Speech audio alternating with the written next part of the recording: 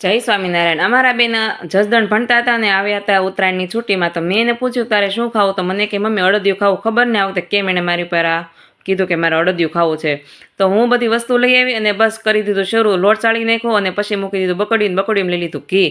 આ કોઈ રેસીપી નથી, આ તો હું આ પહેલી વાર બનાવું છું, તમારી સાથે શેર કરું છું। મારી કંઈ ભૂલ હોય તો જરા કહી દેજો ને। ઘી ગરમ થઈ જાય પછી મારા બાપાએ કીધું તો ઘી હંમેશા ગરમ લેવું, જેથી કરીને લોટ છે એ અંદર તળાઈ જાય। વિડીયો ગમે તો લાઈક શેર અને ફોલો કરી દેજો, અને સુરતથી જો તો એકવાર મારા રેસ્ટોરન્ટે આવી અને વાળું પણ કરી લેજો। અને આપણો લોટ જો મસ્ત મજાનો શેકાવા મળ્યો છે ને, લોટ શેકાય ને ત્યાં બધી વસ્તુ રેડી કરી લઈ।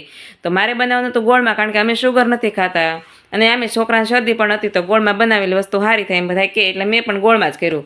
અને આ લઈ લીધી મલાઈ, કારણ કે માવો મારે નાખવાનો નહોતો। તો આ છે મારી બદામની ભૂકો, અમારે કતરણ નથી ખાતા। આ છે ટોપરું, અને ગુંદર તો નાખવાનો નહોતો, કારણ કે ગુંદર હોય તો બેન બાઉ પાછું ખાશે નહીં।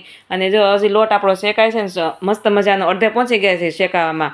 અને લોટ શેકાય ને ત્યાં હું બેસી ગઈ હતી રસોડા પર, કારણ કે ઠાક લાગતો તો ઊભા પાને છે, ધીમા તાપે શેકવાનું એટલે થોડીક વાર પણ લાગે, તો મેં કીધું લાઈ બેસી જાઓ રહોડા પર। આમ તો બેહાય નહીં પણ બેસી જાય। અને આ અડદિયું છે ને મારું મેણું હતું મારી છોકરીનું, કે મમ્મી તમને નહીં આવડે, તો મને એમ થયું કે હાલો આજ તો કરી બતાવવું જ છે। તો લોટ શેકાઈ ગયો અને થોડોક 99% લોટ શેકાય ને પછી મેં નાખી દીધી મલાઈ। આ રેસીપી નથી, પણ આ તો મને કોઈ સજેસ્ટ કરેલું છે ને, હું તમને કહું ને, આમાં કંઈક ભૂલ હોય તો કહી દેજો મને કે ભાઈ આમાં ભૂલ હતી, તો આવતા વર્ષે હું અડદિયું બનાવું તો સારું બને। અને મલાઈ મિક્સ થઈ જાય પછી જો કેટલું મસ્ત મજાનું આપણું અડદિયું છે એ કણીદાર બનવાનું છે।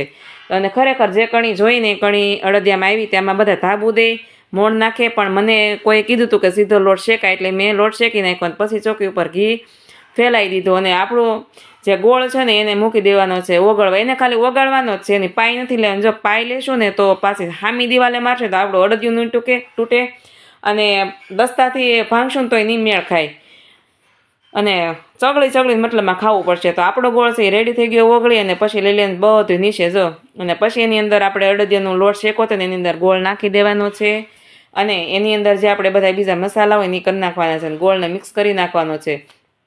અને મને ઘણું ઘરમાં ટકટક કરે ને, તો હું એ ટકટક કરે મને ખૂબ ગમે, કારણ કે એમાંથી મને શીખવા મળે છે। હું એનું ઉપરાણું નથી લેતું, ભાઈ મને આમ કેમ કીધું, તો બધાને એમ જ કરવું છે, કોઈક ટકટક કરે ને તેમાંથી શીખી જવાનું।